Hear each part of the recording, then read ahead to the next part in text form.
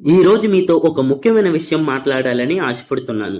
యవ్వన కాలం ఎంతో శక్తి ఉన్న కాలం, ఎన్నో కలలు, ఎన్నో ఆశలు, ఎంతో ఉత్సాహం ఉండే వయసు ఇది. కానీ ఇదే వయసులో లోక ఆకర్షణలు, స్నేహితుల ప్రభావం, పాపపు శోధనలు మనల్ని దేవునికి దూరం చేయడానికి ప్రయత్నిస్తుంటాయి. మరి ఈ రోజుల్లో ఒక క్రైస్తవ యవనస్తుడిగా మనం ఎలా బతకాలి?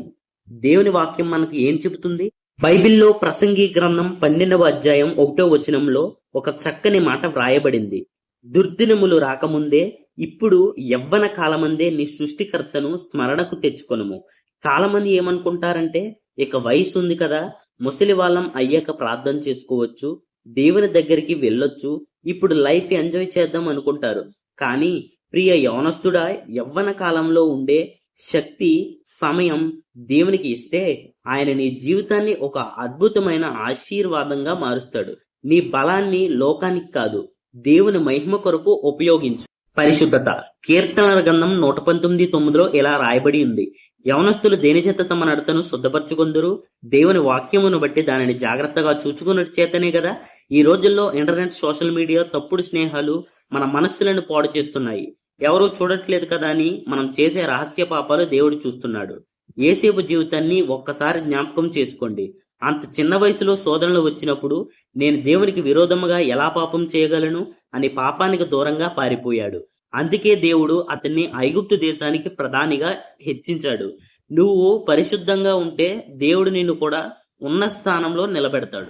అపోస్తులుడైన పౌలు తిమోతికి రాస్తూ మొదటి పత్రిక 4:12లో అంటాడు, నీ యవ్వనమును బట్టి ఎవడు నిన్ను తునీకరింపనీయకము గాని మాటలలోను, ప్రవర్తనలోను, ప్రేమలోను, విశ్వాసములోను, పవిత్రతలోను విశ్వాసులకు మాదిరిగా ఉండుము. చాలా మంది మనం వయస్సు చూసి వీడేం చేస్తాడులే అని తక్కువగా చూడవచ్చు.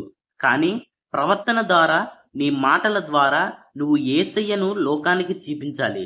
కాలేజీలో గాని, జాబ్ చేసే చోట్ల గాని, నీ స్నేహితుల మధ్య గాని నువ్వు ఒక వెలుగులా ప్రకాశించాలి. ప్రియ యవనస్తుడా, లోకమిచ్చే సంతోషం క్షణకాలమే కాని యేసయ్య ఇచ్చే సంతోషం, సమాధానం శాశ్వత కాలం ఉంటుంది. ఈ రోజు నీ హృదయాన్ని, నీ యవ్వన జీవితాన్ని దేవుని చేతిలో పెట్టు. ఆయన నిన్ను వాడుకుంటాడు. చిన్న ప్రార్థన చేసుకుందాం. అందరూ కళ్ళు మూసుకోండి. ప్రేమగల తండ్రి, ఈ వీడియో చూస్తున్న ప్రతి యవ్వన బిడ్డను దీవించండి.